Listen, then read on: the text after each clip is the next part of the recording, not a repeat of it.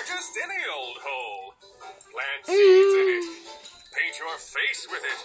Make a handprint, a footprint. Even make mud pies. So pick up some dirt today.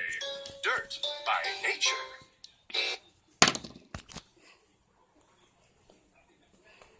Loves to explore nature. And nature can be a pretty smelly place. Have you ever noticed some smells are super sweet and some are really stinky?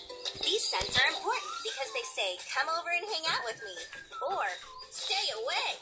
You can find out more about nature with Nature Cat at pbskids.org. But stick around, there's more fun up next on PBS Kids.